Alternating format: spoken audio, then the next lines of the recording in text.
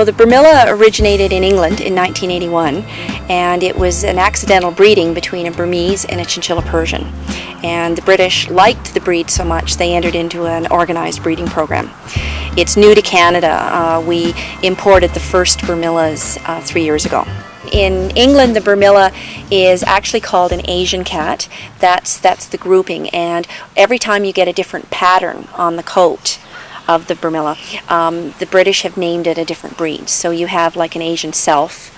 It's a solid colored cat that looks like a Burmese. You have a smoke that is basically 75% color, 25% silver, which looks like white if you run your finger backwards over the coat.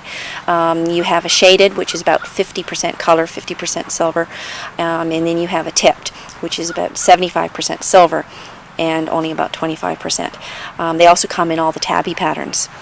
So the Burmilla, as we call it in England, is only the shaded version. We don't deal with the term Asian. We call them all Burmillas, and they come in short hair as well as long hair. They have a personality that is very similar to the Burmese because the origin was a breeding between a Burmese and a Chinchilla Persian. And in developing the Burmilla breed, rather than just continuing with that first generation offspring and breeding Burmilla to Burmilla, you breed down 4 generations. And so in the first 4 generations, you breed back to the Burmese 3 times. And that is to ensure the Burmese body type and temperament. What becomes unique to the Chinchilla Persian, if you wonder why did you breed with it in the first place, you get a lot of genetics from it, and you get the different colors, the pattern, and the genetics for specifically silver and the color black, which doesn't come in Burmese. The Burmilla is a very easygoing cat that likes to be with its people, and so if you're going somewhere, your Burmilla wants to come with you. Very good with kids, very good with other animals. They get along quite well with dogs, especially if they're introduced into the house as kittens. They're a little less talkative than the Burmese. Like the Burmese, they will have all those characteristics, and they will probably be long-lived cats for 20 years.